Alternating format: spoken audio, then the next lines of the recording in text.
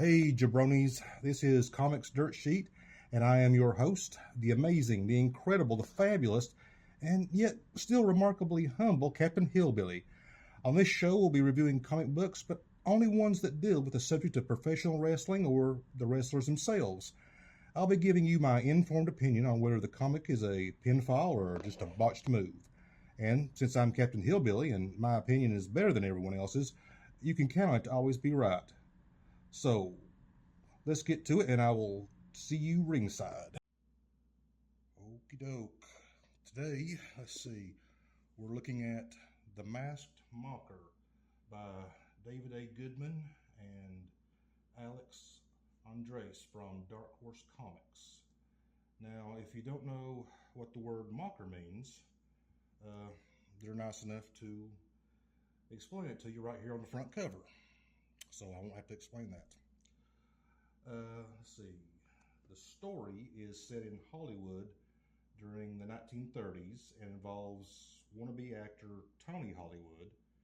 Yeah, you heard that name right. Who, through sheer coincidence, becomes a pro wrestler. Even though it's a really small promotion, Tony becomes an overnight sensation, and people start showing up just to see him. Now, there's several subplots, in this miniseries.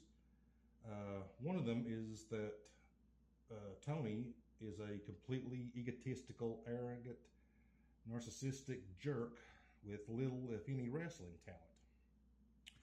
But let's break it down here. I want to show you a little bit of the artwork here. Now, I do like the artwork. I do like it. I would personally have preferred a little more detailed inking, but overall, I think it's really good. It's a little on the cartoony side, but since this is a comedy, mostly this story is mostly comedic. Not completely, but mostly.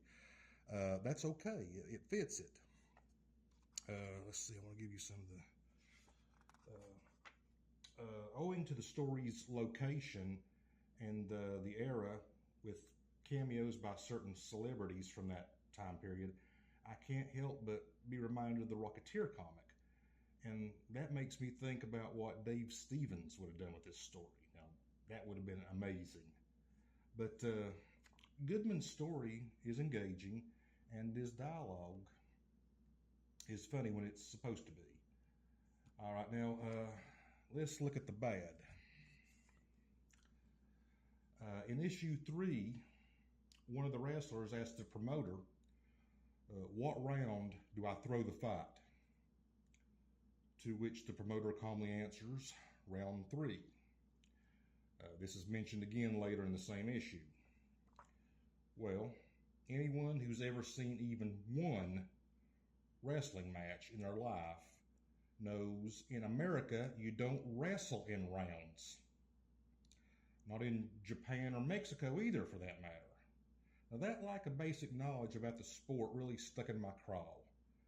I mean, at least do a little research on the subject you're writing about. I mean, come on, we're not talking about a minor detail here.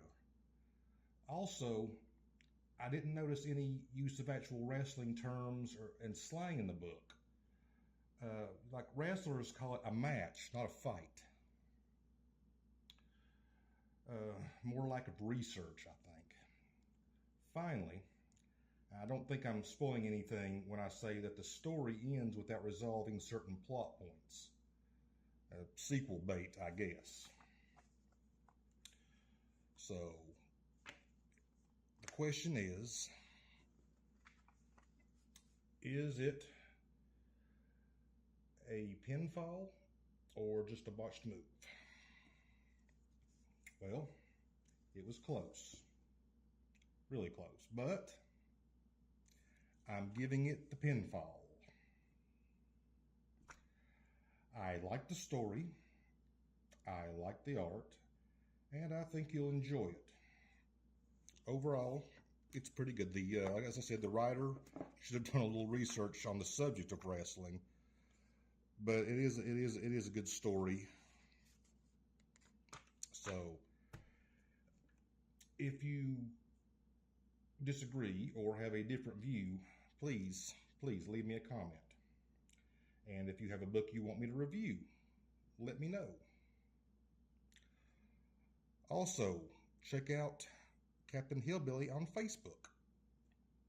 And finally, be sure to hit the like button and subscribe. Come on, it's the least you can do. And let's face it, for all these great reviews, you owe me.